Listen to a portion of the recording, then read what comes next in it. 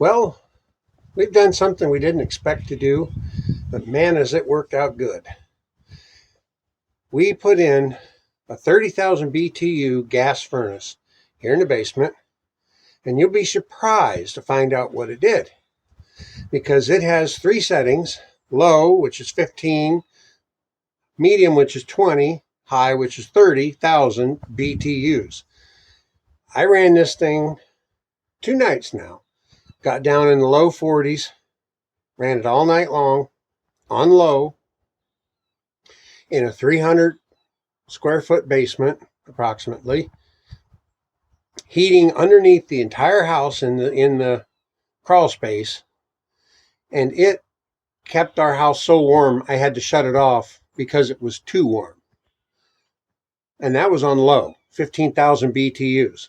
Mind you, it's heating over 2,000 square foot of house, and that's not counting the basement and the crawl space. Where else can you heat 2,000 square feet, over 2,000 square feet,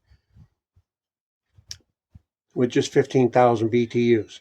And get it so warm you can sit around the house in barefoot and shorts and still think it's too hot. Well, that's what we did. Let me show you how we did it. Granted, I have no shortage of wood ready to go in the basement. Now this up here is pine down to where you can see the obvious difference where the oak takes over. And we have a few more days where it's nominally cold, and then it's going to get really cold next week. So I need to work my way down to that oak, at least part of the way. And of course, we got wood out there, and we got wood over there, and we got wood over there.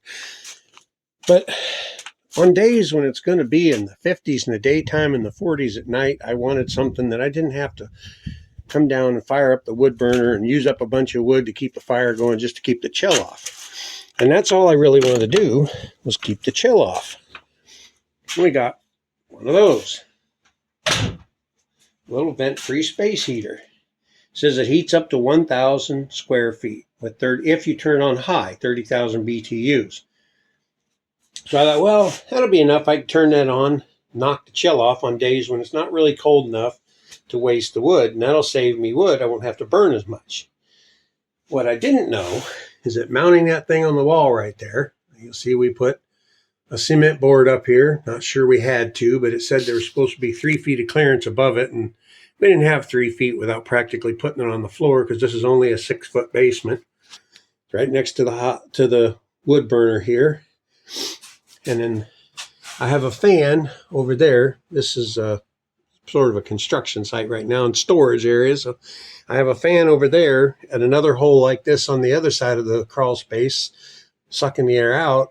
And sometimes there'll be a puff of smoke come up in here, and you'll see it get sucked in there, and it sucks it out over there. You can feel the warm air coming out the other side. So it heats underneath the whole house, underneath the floors. And this is my bedroom floor in the new bedroom edition. And it's really warm, the floor in here. You can walk in there barefoot and feel it. It feels nice. But it was amazing how much heat it threw. I turned it on low, which is about what you see in the picture there. Just a little flame like that. And it practically run us out. It's like 42 degrees this morning, and the wind's blowing 10 or 12 miles an hour. And I shut it off 4 hours ago, and it's still nice and warm in here. Now, I'm probably going to make a fire for later tonight because I don't want to use up all the gas either, but man, that thing has really worked out well. So if you have a situation similar to this where you're heating your house from underneath the floors, this worked great. We're getting 75,000 BTUs worth of heat for the cost of 15,000, 20,000 BTUs worth of fuel. I think that's a pretty big bonus. Maybe you don't, but I think it's a really big bonus. Let me know down in the comments what you think of this arrangement, because it is kind of unique. You'd have to have a special situation like we've got for it to work like this, but heating your house from underneath in the basement like this, even if you don't have a crawl space, maybe you have a full basement, it would heat the whole basement, and that heat floats up through the floor. It takes it a couple of hours for the rest of the house to start warming up, but after about 4 or 5 hours, it's powerful. And it really heats the house up and keeps it warm. Like I said, and that's the nice thing is it gets all this concrete heated up. And I shut it off 4 hours ago, and it's still plenty warm in the house. Half an hour ago, I was sitting around with no shoes and socks on. I was not chilly at all. It's nice.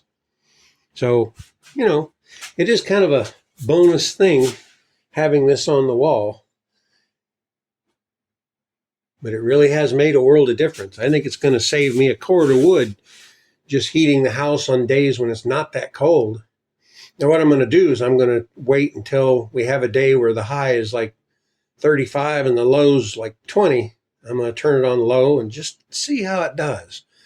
Because it's just kind of a cumulative effect. See, the main reason I think it really makes a difference is because the wood burner throws a lot more heat. But you fill the wood burner and it gets hot. And then it dies down and it gets cool. And then you fill it up and then it gradually gets hot. And then it cools down again. Unless I come down here every hour and throw in 1 or 2 pieces to keep it at the hot stage constantly. That's how it burns. This uses a lot less fuel, throws a lot less heat, but it does it nonstop. It's just constantly right there at that same level the whole time. And I think that's the secret. I'm pretty sure I could probably heat this house exclusively with that little heater through the winter if I had to. Now, on those rare occasions that it's 0 and windy, it might not be able to keep up by itself. I don't know. You had it on high and got it there a few hours ahead of time, it might be able to keep up. I don't know. But I'm really, really shocked, surprised, and pleased with how well it has worked out. Now I got to go check and see how much gas is left in the gas tank, because I know where it was beforehand, but I don't think that thing on low for a couple of days really uses that much gas. Okay, let's see how much gas it used. It was at about 50%.